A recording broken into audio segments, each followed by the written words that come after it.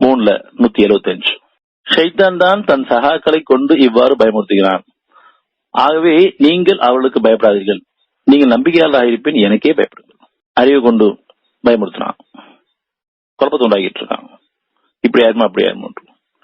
விரட்டப்பட்ட ஷைத்தானியே நம்ம கிட்ட உணர்ச்சியை நீங்கிற அளவுக்கு நமக்கு ஞானத்தை கொடுத்து வழிநடத்திட்டு இருக்கும்போது இது கிருமியா நம்மள தாக்க போகுது. அது மட்டும் இல்ல, நமக்கு நோயெல்லாம் மனசுல இருந்துதான் சொன்னதுக்கு அப்புறம் எவ்வளவோ கிருமி இருந்து போகுது, எவ்வளவோ கிருமி இருக்குது.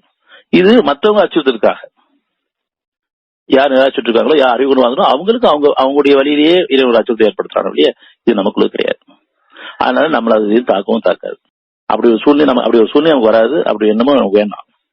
ஆனா நம்ம பயப்படுறோம், கிருமிக்கு பயப்படுறோம். படைச்சலுக்கு பயப்பட வேண்டாம். நீங்க படைக்கப்பட்ட கிருமிக்கு பயப்பட அவசியம் இருக்காது.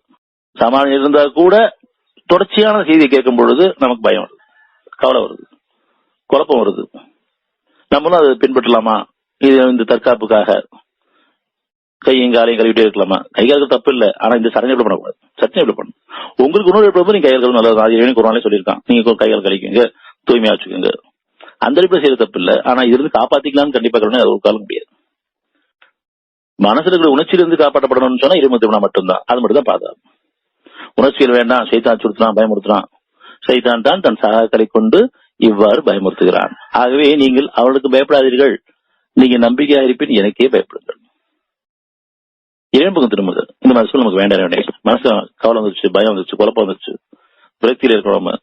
குடும்ப சூழ்நிலையோ அல்லது உடல் சூழ்நிலையோ, பொருளாதார சூழ்நிலையோ அல்லது சமுதாய சூழ்நிலையோ நமக்கு பயத்தை ஏற்படுத்துது அப்படின்னு சொன்னா பயம் வேண்டாம், கவலை வேண்டாம்.